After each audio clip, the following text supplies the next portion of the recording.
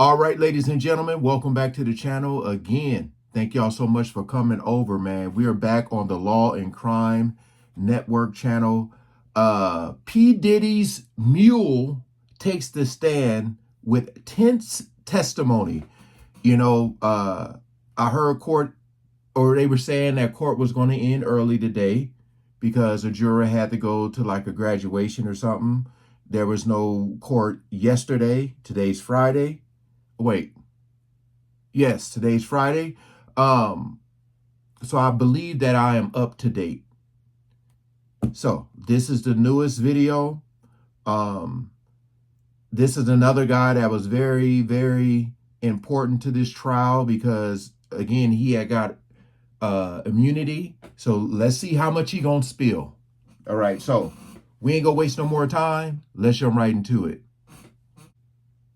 All right, welcome back, everybody. So we have with us Elizabeth Milner, Law and Crimes in-court reporter, who's been there every day for the action, every day of testimony. And we have so many questions coming in now for Elizabeth. Elizabeth, really good to see you. Before I even go to the more substantive questions, let me give you some praise that we got here. This is from Morty von Eltberg. Thank you. I love that, he's doing this because, again, this is a very hard job to be sitting in there gathering all this information and taking notes and mentally, it has to do something to you as well.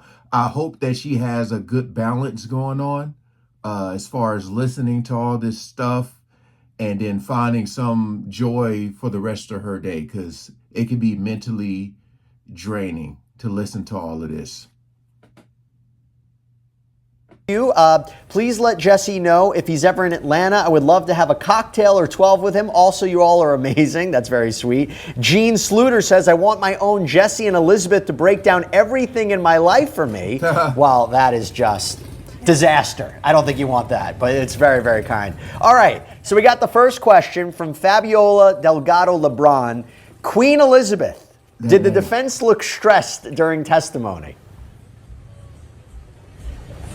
Not one bit. I personally didn't think that they seemed stressed during today's testimony, especially once Brendan Paul got on the witness stand. I was kind of thinking that the testimony overall would go one direction, especially given the lawsuit. But given that we saw him kind of testify today, it didn't even go the way I kind of thought it was going. And that's one of the biggest things about this case specifically, is you think it's going to go in one direction, then it goes into another direction. So from what I could tell, the defense didn't seem stressed. And I don't want to say that they didn't seem stressed and like they were so like calm, cool, and collective in an arrogant way. It was nothing like that. But it seems like, especially as we're kind of getting towards the end of trial here, that they don't seem as stressed as maybe people may think they are. But again, we never know what's going on through their heads and that type of sort. But from what I could tell, they seem kind of still, pretty surface level as far as just the feelings of emotions from what I could tell sitting inside the courtroom.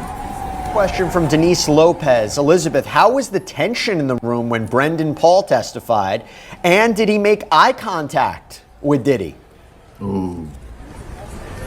I didn't think that there was going to be a tense moment between the two, especially given kind of the demeanor it's been with other assistants testifying. And so because Diddy wasn't present when Brendan Paul got his immunity deal outside of the presence of the jury, I thought there might be kind of a big moment where maybe Brendan Paul didn't even want to look in Diddy's direction while he kind of approached the witness stand. But from what I could see of him, Diddy did kind of what he normally does when maybe a compelling witness might come up and testify, is he kind of turned around in his defense chair and he kind of watched Brendan Paul take the witness stand. But I couldn't feel like necessarily a tense atmosphere as opposed to maybe when Jane was testifying, or even as far as when Cassie was testifying. But from what I could tell, even when Brendan Paul got off the witness stand, I think he kind of looked in Diddy's direction. I don't think there was kind of like a, just like a nod to one another, a smile to one another from what I could see. But it didn't feel as tense as maybe I thought it was going to be when he entered the courtroom.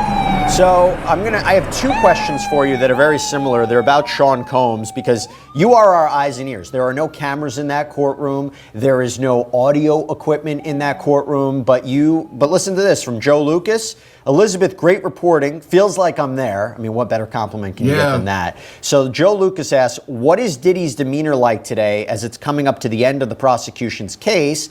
And RD asks, Elizabeth, have you seen Combs look at the jury much since he got in trouble. Remember, he did get in trouble with the judge after a really, I would say, beneficial moment of cross-examination of a key witness in this case. He was accused of nodding at the jury. So what's his demeanor like, and has he been looking at the jury? Well, I'll take the second question first. Yes, I did. You know, it's crazy. Like, ever since he got in trouble for looking at the jury, it's been all these issues with the jury. I don't know, man. I just want this to be done right. You know, whenever they decide whatever verdict or whatever, I just want it done right.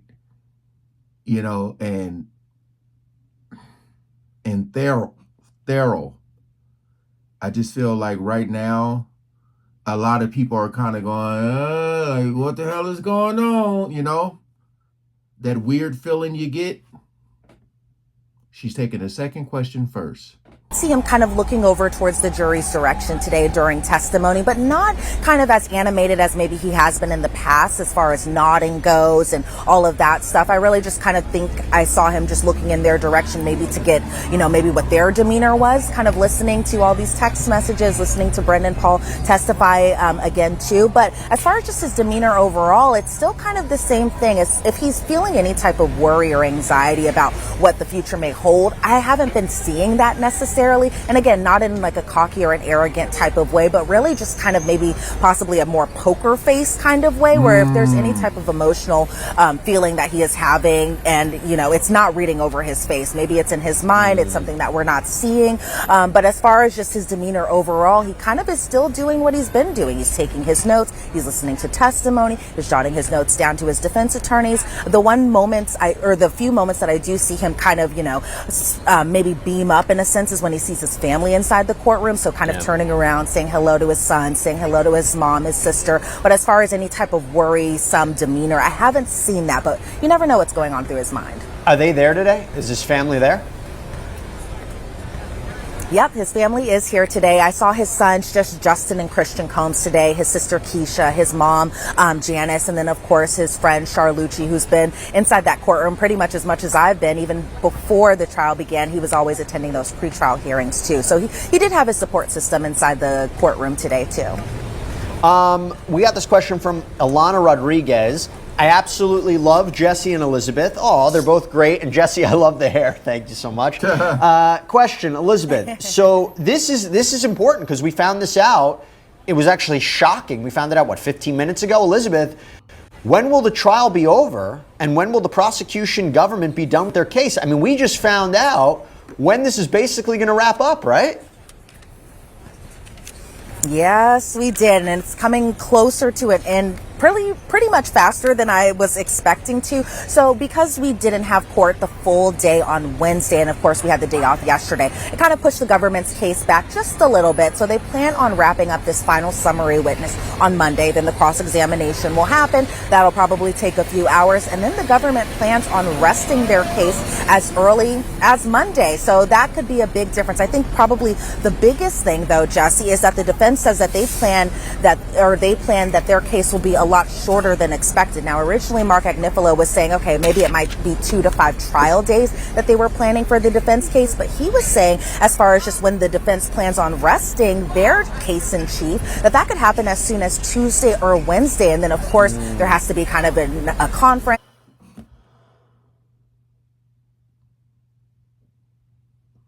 Tuesday. So the prosecution is saying by Monday. And the defense said they're saying they only need like Tuesday to Wednesday to say what they need to say.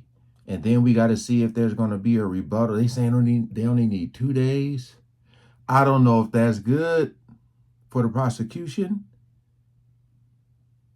I'm just wondering, I guess I'm wondering how Diddy feels about that.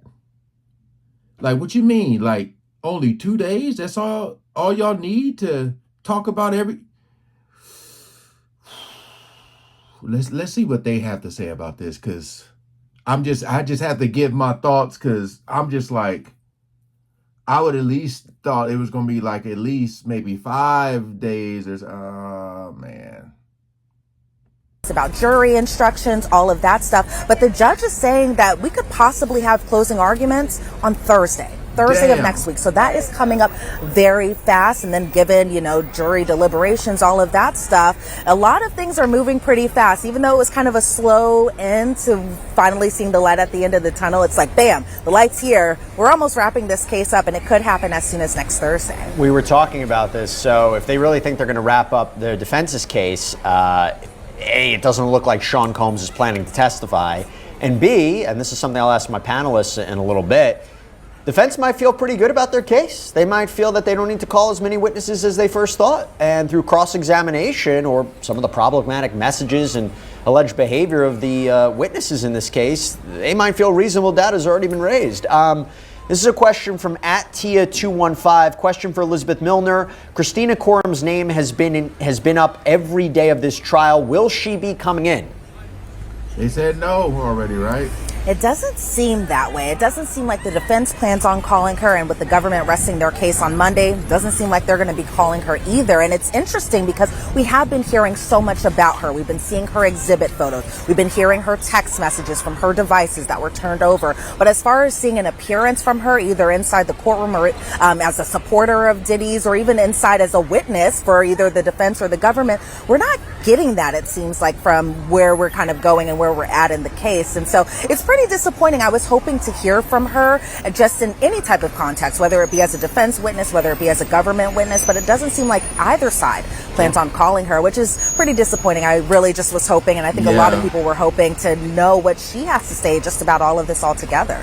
If I had to take a guess, I would say within the first day of jury deliberations, those jurors are going to ask themselves, any idea why she wasn't called? I have to imagine they're wondering that. Right. It's a question we're wondering because her name has come up almost every single day in testimony. And you wonder whether or not the prosecution felt that it might be a weakness to their case. Defense might say, we don't want to call her. She's not going to help us in any way. Her messages may tell more of the story. All right. I was looking for them to talk about more on what he was going to be testifying about, but at the same time, he was the mule. He was the one who was supplying Diddy with all of these, the stuff people put in their body to feel a certain way. The rugs. That's what a lot of the content creators have to say instead of saying the original word. And I feel like I would have had to edit a lot of that stuff out anyway. I mean, I can go here on the internet and you can look at like a lot of stuff that would be mentioned. You know what I mean? Let me see here. Yeah, I mean, it's pretty much him probably just talking about all the stuff that he supplied Diddy with, probably setting up the hotels, like helping out, like having the stuff all ready and laid out. So when you get there, you can look at all the options that you can have. My whole thing is like, I love when people talk about like the body language, what was the vibe in the courtroom, when he took the stand, I think it's really hard to try to keep a poker face, because if things are kind of said and if somebody say something like wild and crazy, it's tough to like not have a reaction to that, But yeah, I feel like if they would have talked more about what he said, I would have had to edit all that out. I'm just looking here real quick, just because they didn't. I'm pretty sure they're going to do another video. Just 1 second here. Let me see. Just trying to find out. I find this article here so I can read a lot of the stuff that he was saying, kind of to myself, and try to translate it to you guys. 1 second.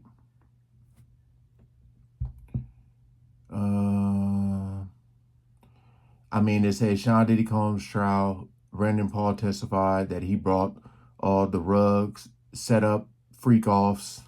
Yeah, exactly like what I was saying.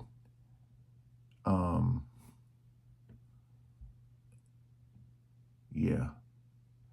He also said that Brendan Paul says loyalty kept him quiet, you know, because people will be like, hey, why didn't you say nothing, this and this? He's trying to be loyal. He, you know, the money he's probably bringing in.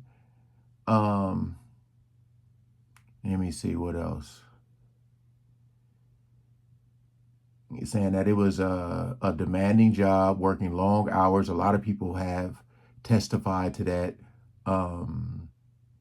Bringing stuff for Combs for his personal use. They said he denied being a mule or witnessing criminal activity at the Mogul's King Night, referencing another name for Combs, freak-off sex parties. Let's see. Homeland Security agent also walked jurors through flight logs, texts, financial records, and hotel reports tied to Combs. Let's see. Yeah. Yeah. You know, because it was a short trial today just because of that one juror having to leave. There was something else that was in this video that I'm going to make a separate video for, just because it's going to be too hard to put in the title. All right, so y'all stay tuned for that. Again, appreciate all the love and support. Peace out.